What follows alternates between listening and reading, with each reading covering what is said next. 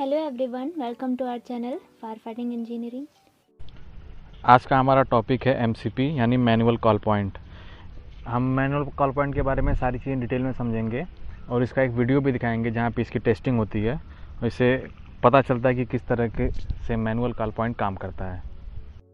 साथ ही साथ हम मैनुअल कॉल पॉइंट के बारे में और भी चीज़ डिस्कशन करेंगे, जैसे कि व्हाट इज़ एमसीपी, एमसीपी क्या होता है, इसकी वर्किंग क्या होती है, इसकी वायरिंग कैसे की जाती है। साथ ही साथ ये भी जानेंगे कि इसका डिज़ाइनिंग कैसे होती है और एप्लीकेशन के बारे में जानेंगे कि इनके क्या क्या कहाँ पे एप्लीकेशंस होते हैं जहाँ जहाँ लगाए जाते हैं, और इसके लोकेशन के बारे में भी डिस्कशन करेंगे।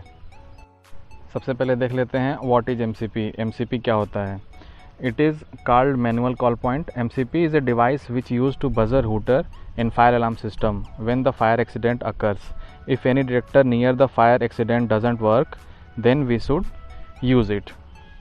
इसका मतलब यह है कि एमसीपी को हम मैनुअल कॉल पॉइंट भी कहते हैं।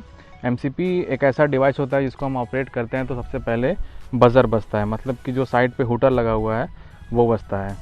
एमसीपी को हम क्यों यूज़ करते हैं? जैसे कोई भी डिटेक्टर अगर साइड पे लगा हुआ है और उस डिटेक्टर के आसपास कहीं आग लगती है, कोई फायर एक्सीडेंट होता है और वो डिटेक्टर ख़राब रहता है तो वो डिटेक्ट नहीं कर पाएगा आग को और ये आग बढ़ती चली जाएगी।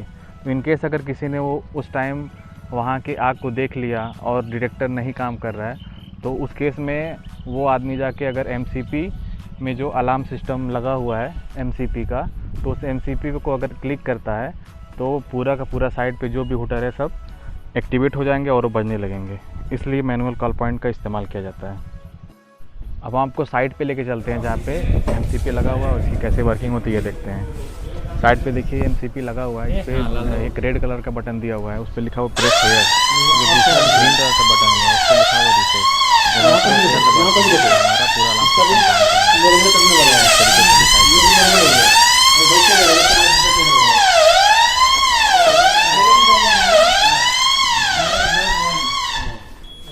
रिसेट कर दीजिए।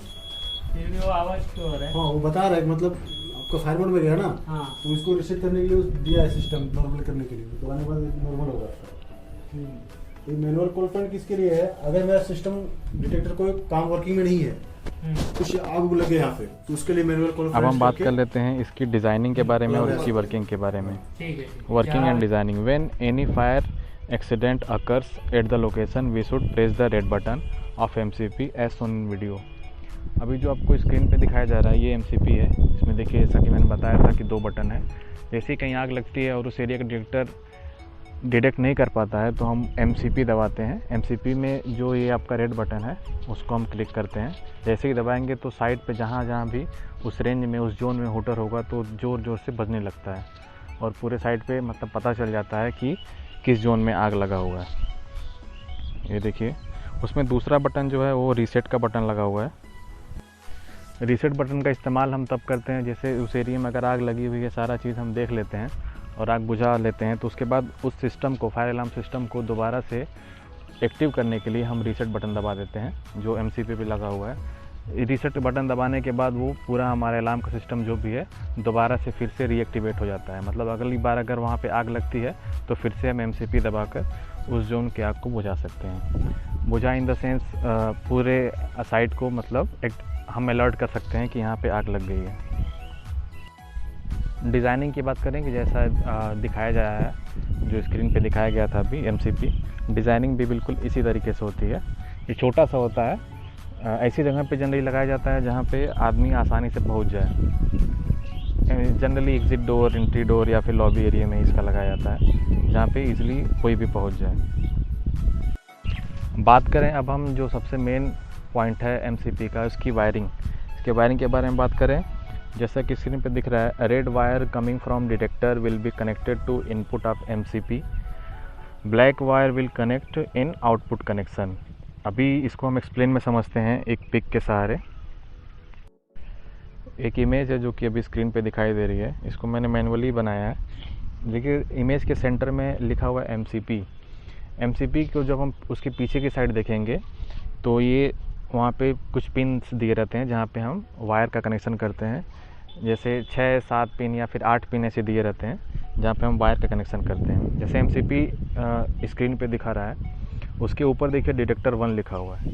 डिटेक्टर मतलब जिसे फायर अलार्म सिस्टम का पूरा लूप होता है, उसमें बहुत सारी डिवाइसेस लगी होती हैं, हूटर लगा होता है, पैनल लगा होता है, MCP लगा होता है, ये सारी चीज़ें लगी हुई है, डिटेक्टर लगा होता है। जैसे मान लीजिए उस लूप में कहीं डिटेक्टर लगा हुआ है और डिटेक्टर जो लगा हुआ है उस लूप में MCP से पहले लगा हुआ है, तो अगर MCP के पास अगर केबल जाता है तो डिटेक्टर से अगर केबल होते हुए आएगा तो देखिए डिटेक्टर में 2 पॉइंट हैं।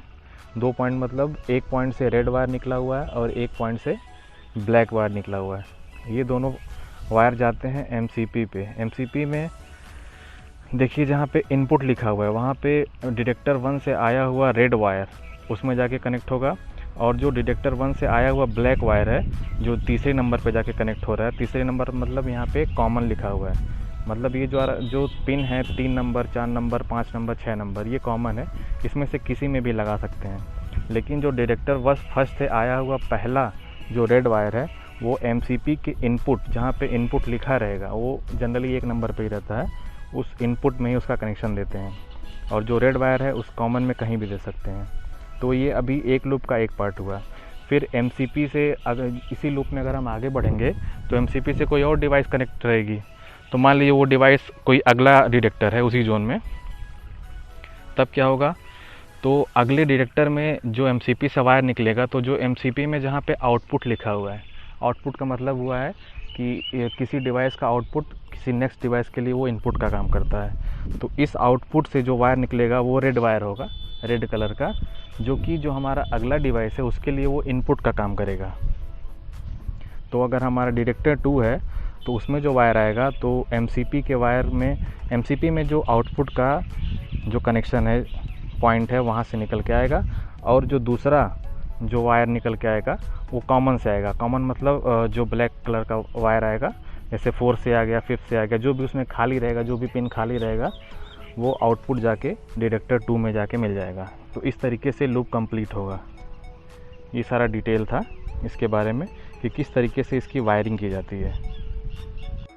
अब लास्ट में बात कर लेते हैं कि इसके जो इसका एप्लीकेशन होता है, जो इसका लोकेशन होता है, वहाँ हम उस चीज़ को कैसे डिसाइड करते हैं, जाकि जो कि मैंने अभी पहले ही बताया था कि generally MCP situated near lobby area, entry और exit point etcetera where people can easily reach. ऐसा एरिया हम पिक करते हैं जहाँ पे बहुत मतलब लोगों का आना जाना वहाँ पे लगा रहता है। ऐसा एरिया चूज़ करते हैं जिससे आदमी तुरंत वहाँ पे जा सके और MCP को एक्टिवेट कर सके और तुरंत पूरे साइट पे फायर अलार्म बजने लगे, जिससे कि उस आग को हम जल्दी जल्दी बुझा सकें।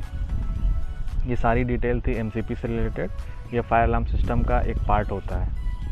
अगर ये वीडियो आपको पसंद आई तो इसे लाइक करें और कमेंट करके अपनी राय दें, और चैनल को सब्सक्राइब करना ना भूलें।